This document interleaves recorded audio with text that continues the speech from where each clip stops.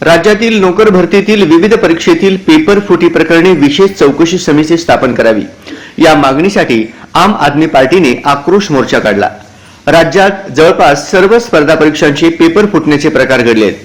Paper फुटी प्रकरणात आम आदमी पार्टीने आणि स्पर्धा परीक्षा देणाऱ्या तरुणांनी आंदोलन केल्यानंतर गृहमंत्री देवेंद्र फडणवीस यांनी कुठलेही ठोस आश्वासन आंदोलनाच्या शिष्टमंडळाला दिले नाही।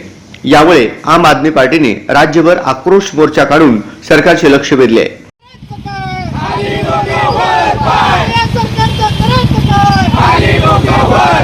महाराष्ट्रातील युवकांच्या भविष्याचा माती करणाऱ्या सरकारचा महाराष्ट्रातील युवकांच्या भविष्याचा माती करणाऱ्या सरकारचा अरे या सरकारचं करायचं काय? अरे या सरकारचं करायचं काय? अरे नोकरी आमच्या हक्काचं, अरे नोकरी आमच्या हक्काचं, अरे नोकरी आमच्या हक्काचं, अरे या सरकारचं करायचं काय? अरे या सरकारचं करायचं काय? महाराष्ट्रातील युवकांच्या भविष्याचा माती करणाऱ्या सरकारचा, महाराष्ट्रातील युवकांच्या भविष्याचा माती करणाऱ्या सरकारचा अरे या सरकारचं करायचं काय? अरे या सरकारचं करायचं काय?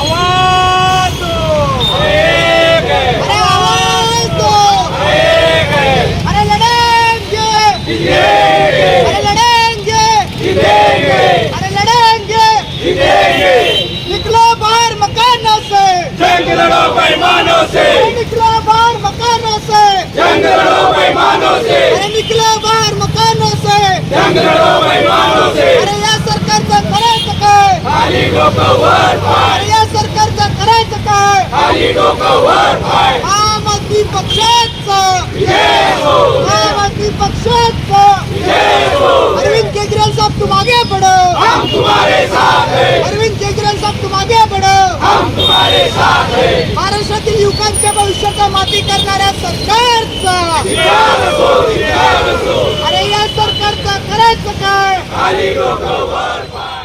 देवेंद्र फडणवीस हे गृहमंत्री असताना सुद्धा या महत्त्वाच्या प्रकरणावर कुठल्याही प्रकारची कठोर कारवाई अजूनही झालेली नाही।